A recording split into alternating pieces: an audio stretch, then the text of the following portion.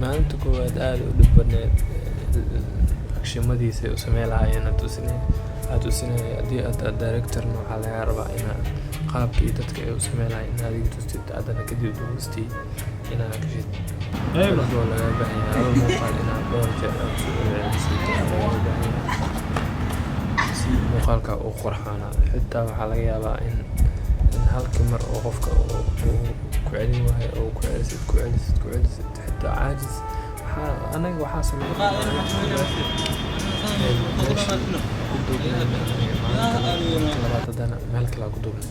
maalinta koowaad ayagoo actionkii wixii fahansan muuqaalka waa ka duubay laakiin kan kala qaatay hadda markaan meesha ku duubay iyo meesha filimka ah kusoo saaray ma islaam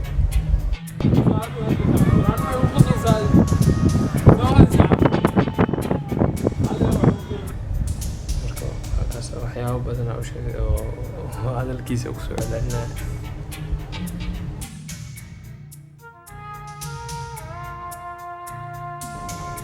haddii aan ka hadalno sida loo sameeyey filimkii ugu dambeeyay aan soo upload gareeyay runtii halkan waxaa idinku hayaa timelinekii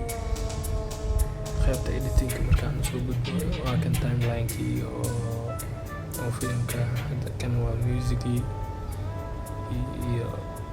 kan waa musicii kuwana waa sound effectska saa u taqaanaan ama feerka iyo albaaxyada iyo waxaas isku jiraan kuwana waa kalibyada b-rollka aniga aan isticmaalay marka haddii oo filimka aan sii wado waxaa waaye filimka horta waxaan isticmaalay editingka waxuu kala baxaa laba qayb waxaa waaye primary iyo secondary marka primary waxaa waaye kalibyada inaad jirtid secondary waxay noqonayaan haddii codka music la saarayo oo kale ama filimka in color loo yeelo oo kale marka haddii aan fiirino colorka filimka colorkiisa waxaa waaye hatta haddii aan ka xiro adjustment layerkan waaye haddii aan ka xiro originalka waa kana ujeedin filimka hadda color ma laha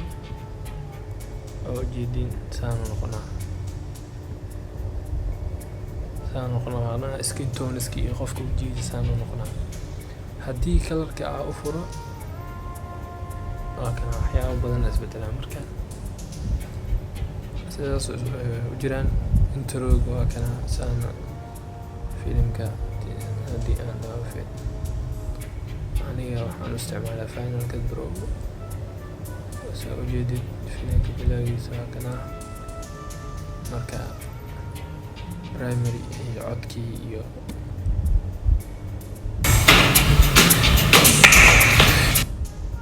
marka sidaas ay waxaa jiraan